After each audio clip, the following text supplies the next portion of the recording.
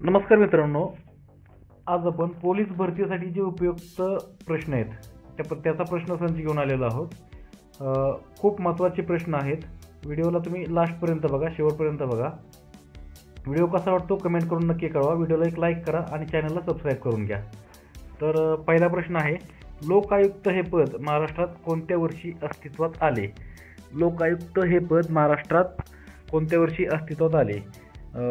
पर्याय आहेत 1968, पर्याय 2 1973, पर्याय नंबर 3 1962, पर्याय नंबर 4 1972। तर याचं उत्तर जे आहे ते पर्याय नंबर 4 1972, पर्याय नंबर 4 1972। लक्षात ठेवा मित्रांनो, पर्याय नंबर 4 1972 या साली महाराष्ट्रात लोकायुक्त हे पद अस्तित्वात आलेलं आहे। त्याच्यानंतर पुढच्या क्वेश्चनकडे जाऊया आपण। खालीलपैकी कोणती गर्ता हिंदी महासागरात आहे?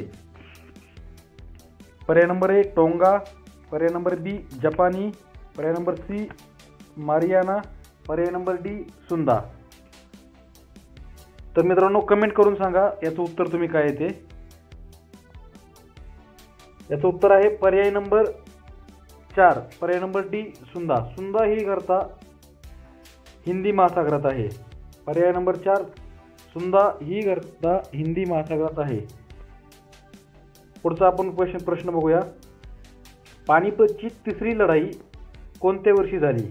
पानिपतची तिसरी लढाई कोणत्या वर्षी झाली? 1760, पर्याय नंबर 2 1857, पर्याय नंबर 3 1761, पर्याय नंबर 4 1862। मित्रांनो कमेंट करून नक्की सांगा उत्तर याचं तुम्ही। याचं उत्तर येतं पर्याय नंबर 3 1761। पानिपतची तिसरी लढाई 1761 झाली, 61 साली झाली। पुढचा प्रश्न बघूया मित्रांनो। भारतीय संविधान कोणत्या वर्षी स्वीकारण्यात आले? भारतीय संविधान कोणत्या वर्षी स्वीकारण्यात आले? 15 ऑगस्ट 1947, 26 जानेवारी 1950, 1 मे 1961, 26 नोव्हेंबर 1949। याचं जे करेक्ट उत्तर आहे मित्रांनो 26 नोव्हेंबर 1949। 26 नोव्हेंबर 1949ला आपण भारतीय संविधान स्वीकारलेलं आहे। लक्षात ठेवा मित्रांनो।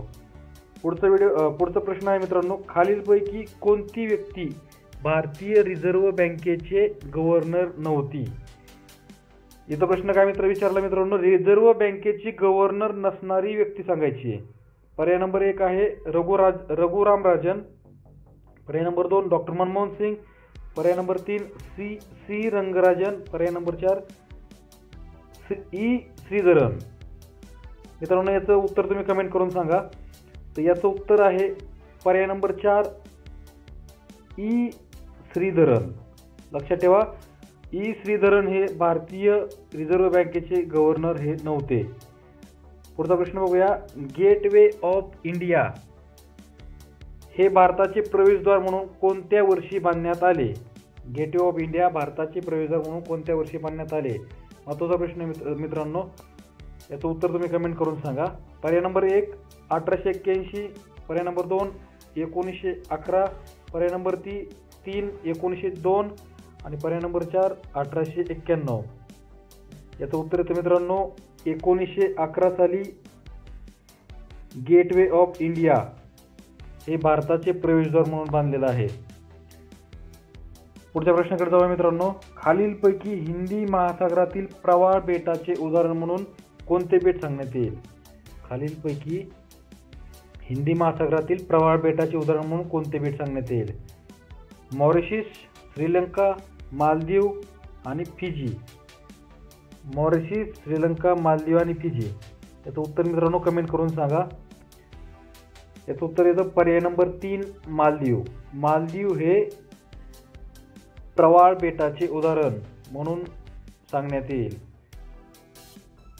पुढचा प्रश्न बघूया मित्रांनो।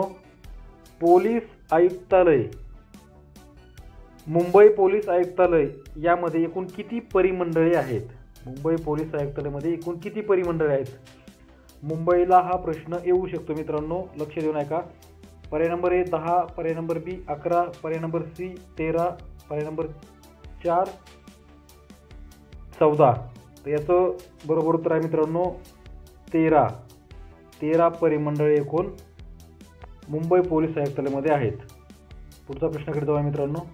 खालीलपैकी कोणत्या मराठी साहित्यिकास ज्ञानपीठ पुरस्कार मिळालेला नाही? बघा मित्रांनो, मगाच्या क्वेश्चनसारखा हा क्वेश्चन आहे. मिळालेला नाही. तिथं जसं रिझर्व्ह बँकेचे गव्हर्नर कोण नव्हतं तसं इथं कुणाला पुरस्कार मिळालेला नाही हे विचारलेलं आहे. तर भालचंद्र नेमाडे, त्याच्यानंतरनं गोवी करंदीकर, वि वा शिरवाडकर आणि लक्ष्मीकांत देशमुख. तर मित्रांनो, याचं उत्तर तुम्ही मला कमेंट करून सांगा. 4 कवींपैकी कोणाला याच्यातलं पुरस्कार मिळालेला नाही? तर याचं उत्तर आहे मित्रांनो पर्याय नंबर 4, लक्ष्मीकांत देशमुख. लक्ष्मीकांत देशमुख यांना ज्ञानपीठ पुरस्कार प्राप्त नाही आहेत. मित्रांनो, पुढच्या प्रश्नाकडे जाऊया आपण. भगवान गौतम बुद्ध यांचा जन्म कोठे झाला? भगवान गौतम बुद्ध यांचा जन्म सारनाथ, लुंबिनी, कुशीनगर, गया. तर मित्रांनो, भगवान गौतम बुद्धांचा जन्म कुठे झाला कमेंट करून नक्की सांगा तुम्ही. तर याचं उत्तर आहे लुंबिनी. पर्याय नंबर 2 लुंबिनी. लुंबिनी या ठिकाणी गौतम बुद्धांचा जन्म झालेला आहे. तर मित्रांनो, आजचा व्हिडिओ कसा वाटला कमेंट करून नक्की सांगा. चॅनलला सबस्क्राईब करा, लाईक करा आणि व्हिडिओ तुमच्या मित्रांना शेअर करा. धन्यवाद मित्रांनो. भेटूया पुढच्या व्हिडिओमध्ये. राम राम.